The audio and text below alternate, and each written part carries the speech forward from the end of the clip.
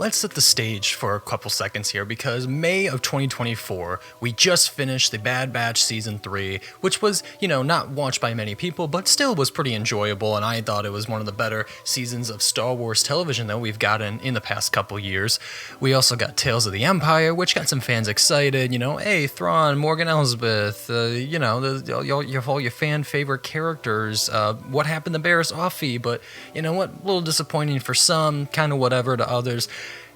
Then, we got a trailer for The Acolyte, and, they can't be anything divisive or, crowd, fan-breaking lore revelations that could happen in that show. Everyone enjoyed it. It was a great show that we could all universally enjoy, and... But then we got another trailer, and there was Darth Jar Jar and Jedi Bob, and now we are here with Rebuild the Galaxy has officially come out on Disney+, and to be honest, there's only one negative I have to say. I thought it was like a movie. It was like a 4-parter show. It literally felt like they made it into a show so that way they can get ad revenue and make money off of this. I don't know. I maybe am feeling a little bit cynical today, honestly, but you know what? That is like my only real gripe and negative is just corporate greed because honestly, wow, this was a pretty solid thing. Is it a movie? I'm just gonna call it a movie. It's technically a movie. For this brand new Lego project, this is not like anything to really tie in with like the other 3 Lego trilogies on Disney Plus with like the holiday special and the Halloween and vacation specials. This seems like it's pretty much just doing its own thing anyway.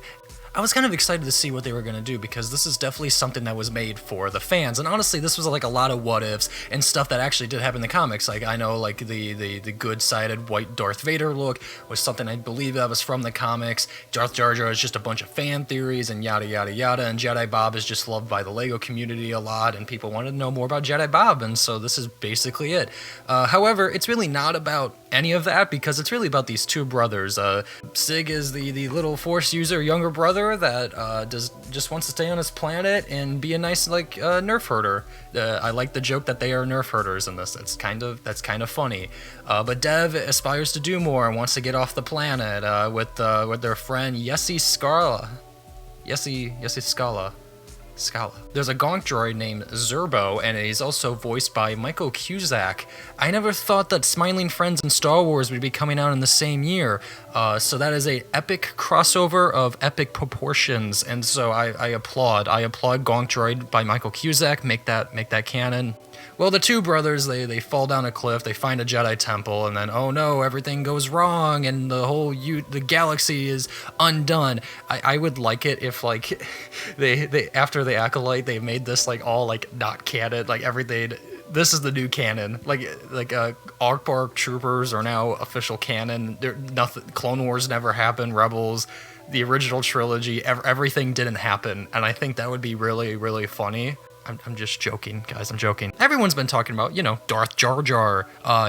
That has seemed like one of the biggest marketing pushes for this series or movie. Who cares? You know what? And honestly, it's funny. He was barely in it. He had one scene, the little line, "I was always the Phantom Menace." That was hilarious. That was genuinely one of the funniest laugh out moments for me. And also but most of the time it was just oh, here's characters, but in reversal roles.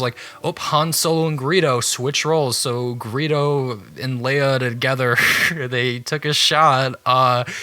And Han is Greedo, and he's the backstabber, and ooh, he's evil, but he also wears the same clothes, which I also realized.